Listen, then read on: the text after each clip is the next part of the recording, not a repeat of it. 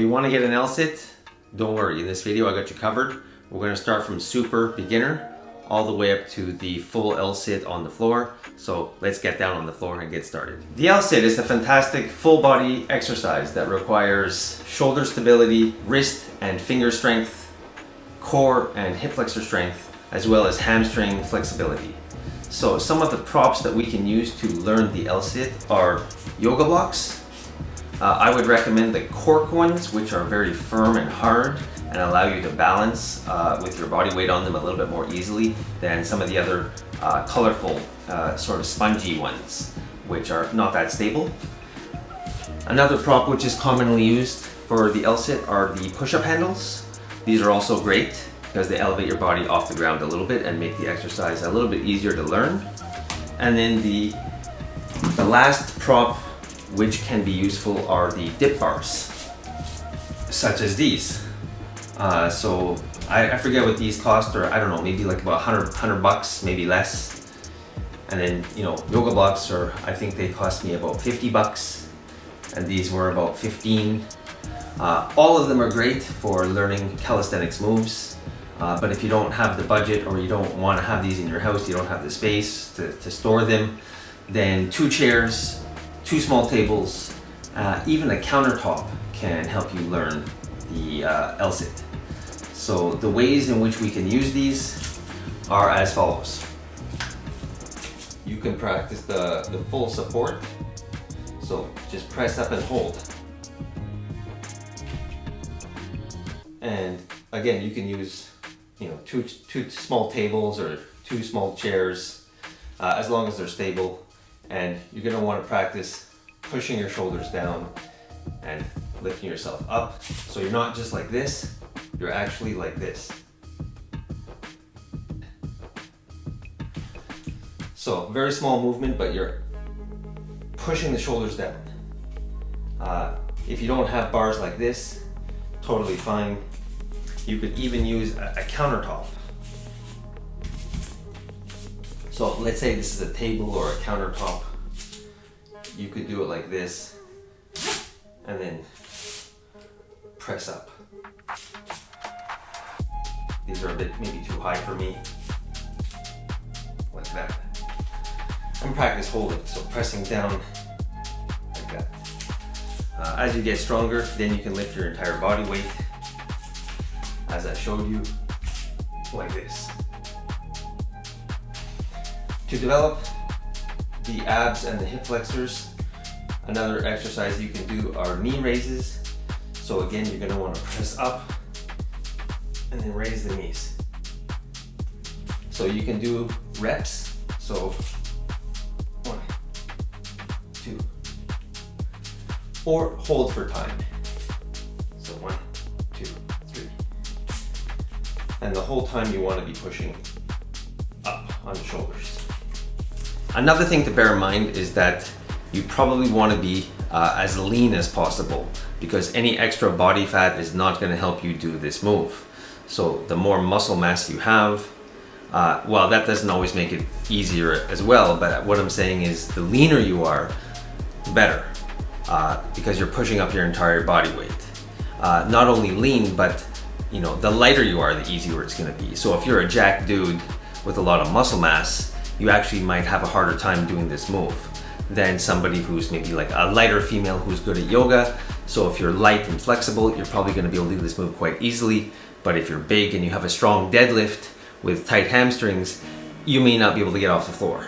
So let's get back down onto the floor and we'll show you some other progressions. Another progression that may help out some of you at home is using a band attached to some kind of you know, chin-up bar or dip bar.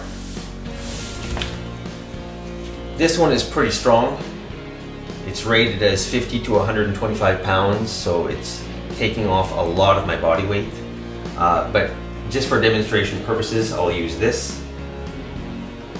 So, and I'll use it with the push-up handles. So get yourself into position. Already you may feel tightness in the hamstrings. That's okay. You can bend the knees a little bit like this. Then press up into your support. And one leg at a time. place them in the band. So this is not a very difficult move. I can probably stay here all day, but the shoulders are activated. So they're not sunken down, they're pressed up. So from here, we can even raise one leg, hold for time, switch to the other leg, like this, hold for time, and then we can even do some scapular push-ups.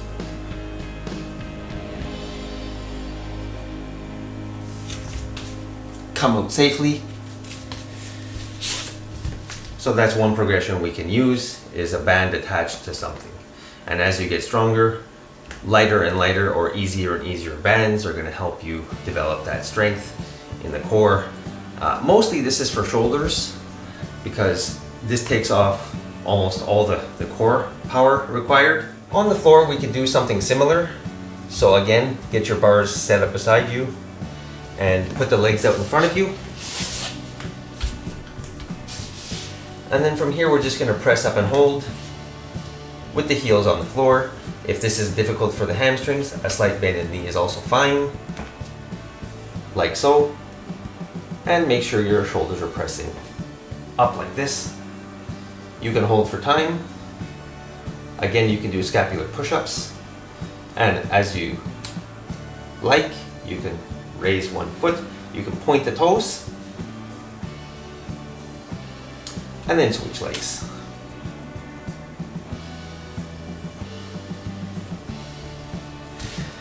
As that gets easier for you, you can now try to lift the entire body off the ground.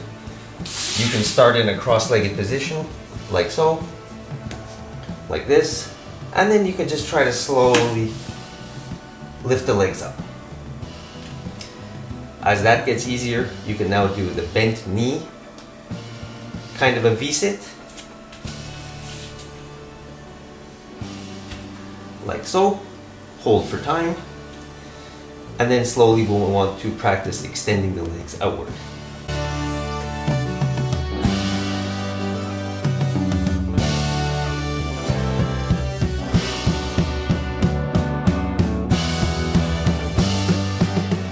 So progress like that. And if your wrists have a hard time doing this on the floor, some wrist stretching and strengthening movements can help, like so. Pointing the fingers out, pointing the fingers forward, and doing these types of stretches are going to help for the floor L-sit. So everything I showed you on the push-up bars can be done on the floor. So legs out in front, knees bent if you like, hands at your side. You can also point the fingers out if that's a bit easier on the wrists. Holding your support, press up. Then we can do the same thing as we did before, so one leg up, one leg out, toes pointed, and switch. Legs fully extended, cross-legged, knees together, and the final L-sit.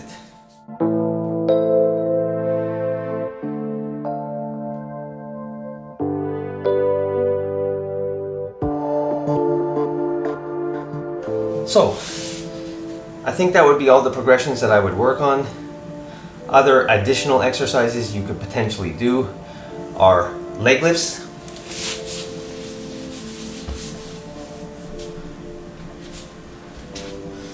lying down on the floor, and practice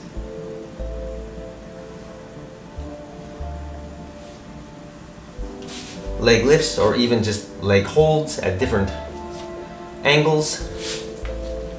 So you can hold here, hold here, hold here, reach, hold. And of course, you can do the leg lifts hanging from a bar or on the dip bars. So all of these exercises can be done. When you put them all together, you should be able to hold an L-sit for a few seconds. Once you're able to hold it for a few seconds, do just sets for time. So basically what I would do is I just hold for my max time, wait until I feel recovered. So I would err on the side of a longer rest. So if you feel fine after 60 seconds, wait just a little bit over that and then go again. Since this is a full body strength move, you might need a little bit more rest. And then just do, I would say, between 5 and 10 sets of holds. In terms of programming, I would say if you're an absolute beginner, twice a week is a good place to start. If you're very enthusiastic and this is not that taxing on your body, you can work up to 3 or 4 times a week as well. But basically we want to train this movement as often as we can without burnout. So if you have a lot of body weight and you're quite heavy, this may feel like, you know, a very difficult exercise that's putting a lot of strain on your wrists and your shoulders and your core.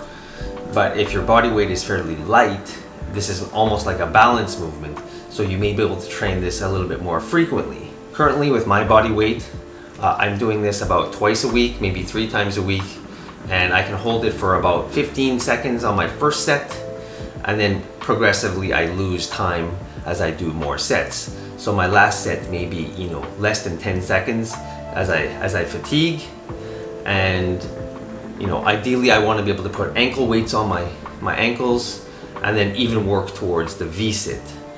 But I'm not there yet. Anyways, just working on the L-sit. So I hope these tips and hacks helped you. If they have, please leave a comment down below. If you have any other questions or anything that you're wondering about, you know, how to improve, I'd be happy to help. So thanks again for sticking around to the end of this video. We will see you in the next one. Peace.